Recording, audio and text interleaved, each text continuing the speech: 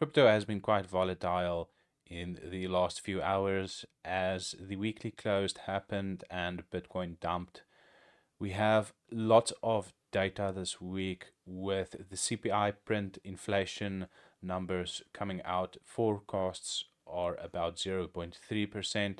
We also have core PPI, and then on Wednesday, we do have the federal funds rate announcement. The market expects Chair Powell to keep the rate the same at 5.5. And then we have the FOMC statement and interview afterwards, which would be quite interesting to see what the Fed decides and tells us about unemployment, etc., as the market is expecting some significant rate reductions next year. So BTC dumped a significant amount. That was a 7% quick move, a flash crash, if you would like to call it that. On the daily here, I have been thinking that this run has been quite impressive, but now is the time to be a little bit concerned here because we do have bearish divergences as prices has been going higher, yet the indicators are lower. This won't be confirmed, of course, unless we start closing some RSI lines below 52%. So that is the daily. We have now closed a new weekly candle. We can see that we are very, very high on the indicators. Most indicators are showing you extreme euphoria. Not only that, the greed is the highest it's been in recent history.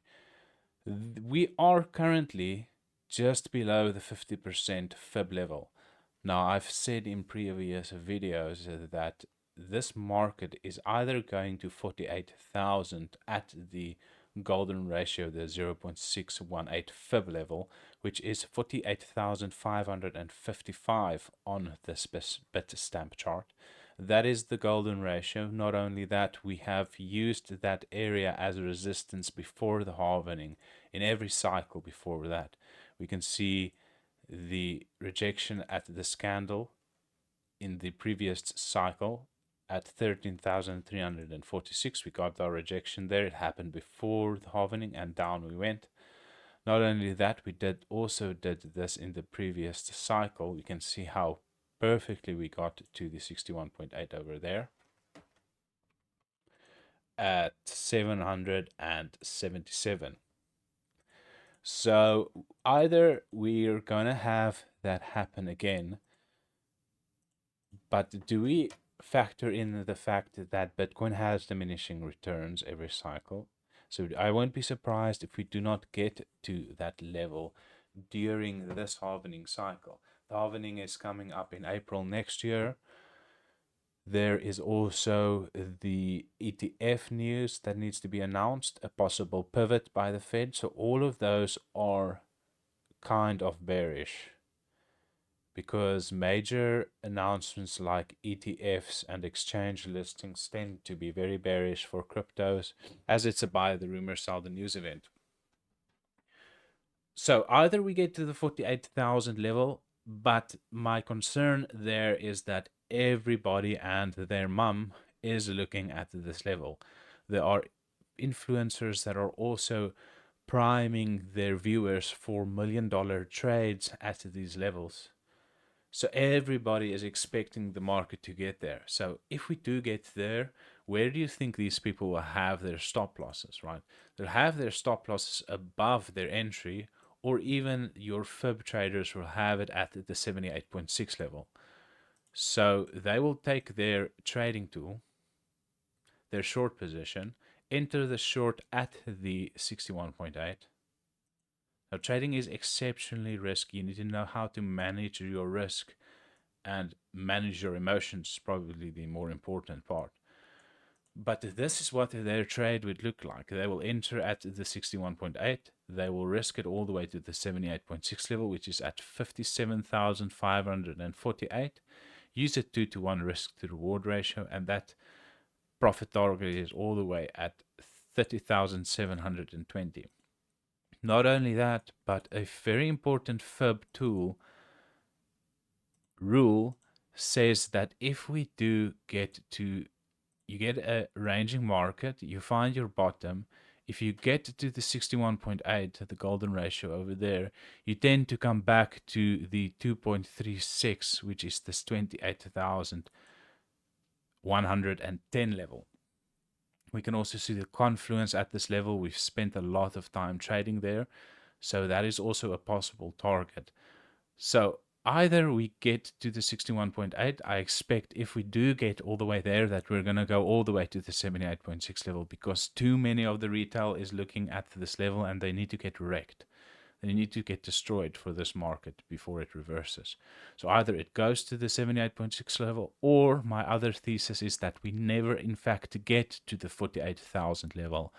We might actually see something that is happening now, where we start moving sideways slowly and then do our retracement. But either we get to the 48,000 or we blast right through and stop all of those guys out, because retail shouldn't win. So we are currently sitting just below the 50% level. If you want to be bullish, you need to get above the 50% level. If you're bearish, you want the market to stay below it. This is a very pivotal GAN level. So if it's below, we're still bearish. We're still in this range. I wouldn't say bearish because the bear market ended when Bitcoin bottomed at 15,000. This is a very, very important level that I've just plotted on the chart.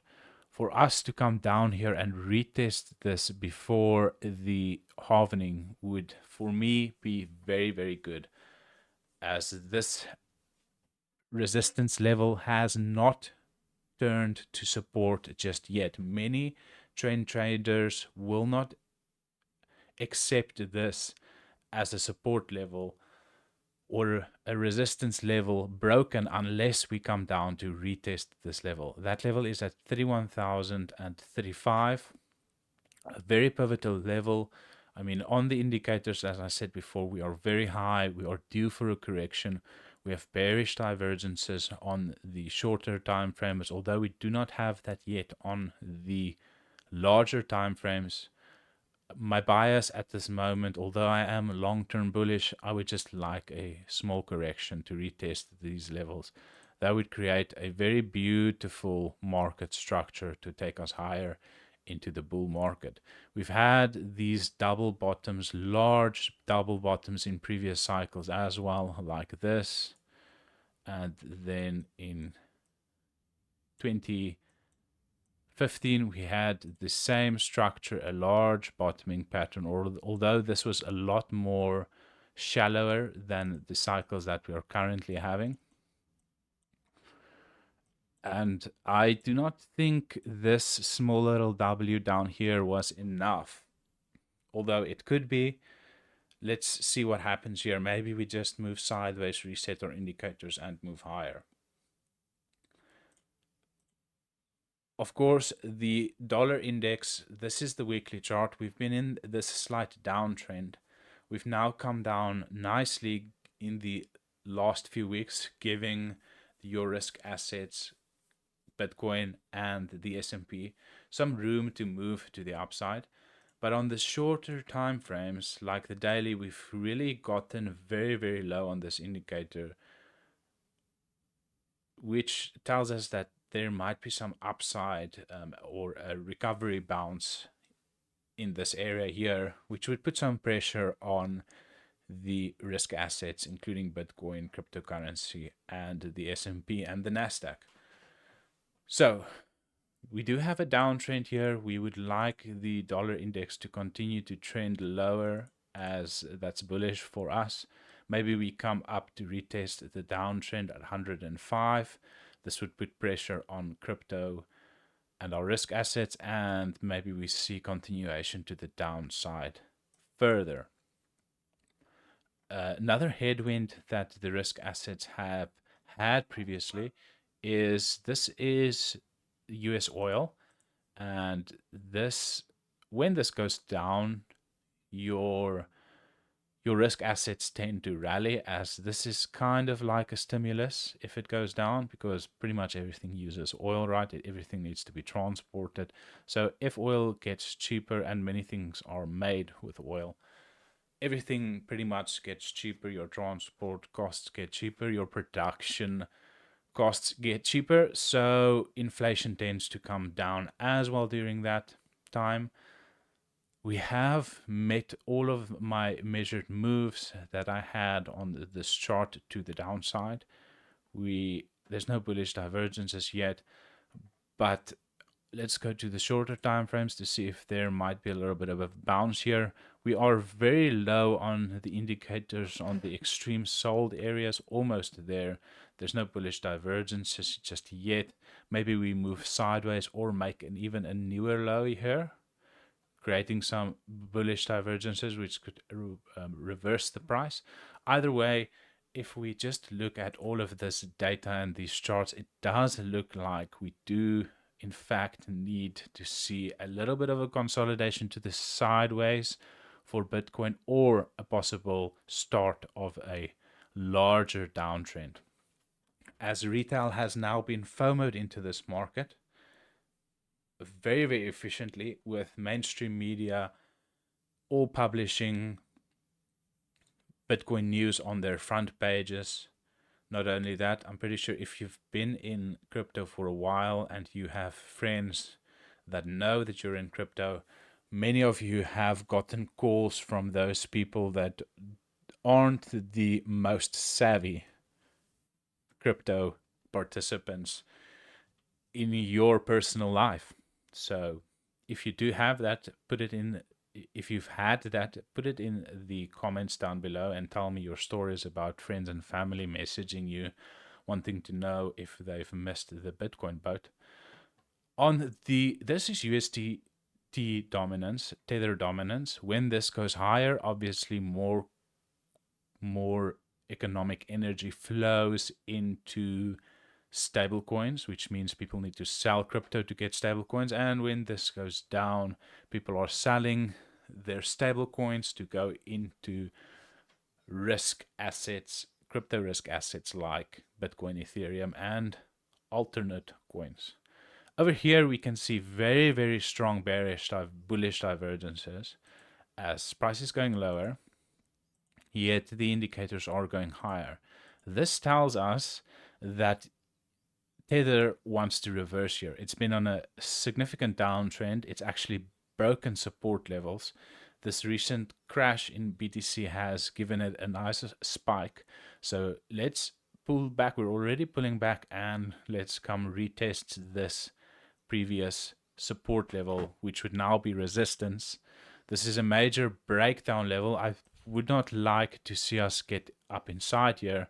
But if we are going to be having that larger correction, this just tells us that, in fact, it will get into these larger areas. Let it get oversold. Let's form some bearish divergences, and then we can continue with the cycle into 2024 and 2025. So either we retest this breakout level, but I'm looking for a larger correction, so we're most likely going to come into these higher levels here. Very, very low on the weekly RSI as well. So this was my measured move here for this breakdown of this level. Either we come up, retest this level, and continue downwards, but the overall market is a little bit too weak to tell me that we're going to be seeing 3.27% just yet. This does look like it wants to pop higher. The RSI is very, very low, very sold. So this would put a lot of pressure on our cryptos as people flee from their crypto positions into stablecoins. Let's quickly flip through our total market caps. This is the weekly chart. This is the total market cap this is the total market cap including all coins. This is your breakout level over here. We've now had a few weeks close above this, confirming this breakout level, I would still like to see a retest at 1.26 trillion. Very, very high on the indicators. Let's look at the shorter time frames. Bearish divergences on the daily chart. Confirmation of this bearish divergence will be confirmed at 51 or 52 on the RSI. So maybe we do get these retests at these levels here. Maybe this is the 61.8. It does look like it could be the 61.8. Yeah, so these levels for retracement levels, we need to hold support above these levels. I was a bit concerned about the total market cap as we are a little bit early in the cycle for the altcoins to start taking off. Generally, the altcoins only start to really outperform BTC or right after the halving. So this is total 2, the crypto market cap excluding BTC and stablecoins. We can see our clear breakout level here. We have candles confirmed above this level, so that is technically a very valid breakout. RSI got quite high, but not as high as the others. Let's look at the daily bearish divergences once again on this chart. So this sell-off has been more significant than the rest, it does look like. So yeah, I mean, we can retest these levels. This looks nasty here. Maybe we come down again below the breakout level. Personally, that would be 100% fine for me. The longer we move sideways in this range, the more explosive the move to the upside will be. We can see here how long this bear market lasted for the altcoins in the previous cycle. It even made, was this a new low?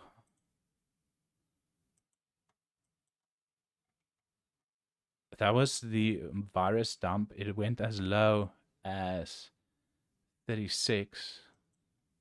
It's 36 billion. 36.75 billion. 36.86. So a slightly higher high. So yeah, if we plot this from the lows to see how long we actually took to consolidate, from the lows here, let's just try and get the whole range. So the breakout level would have been, let's see, right there. Okay, so that's how long this lasted. Let's move this to our current range and plot each bar. So yeah, I mean, it's kind of the same, right?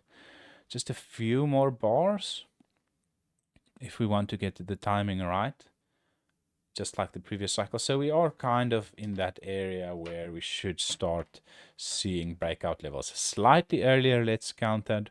1, 2, 3, 4, 5, 6, 7, 8 weeks early. It's not too bad. That's 2 months. So yeah, maybe let's see if we can retest this level and hopefully it holds. Otherwise, we're going to come down and move sideways a little bit longer, which I'm honestly not really disappointed about. I have a little bit of a bias to see nice charts. Total 3, this is the total market cap excluding BTC and ETH and stablecoins. Obviously a breakout level, never really acted as support, just broke through, found support, found support, found support.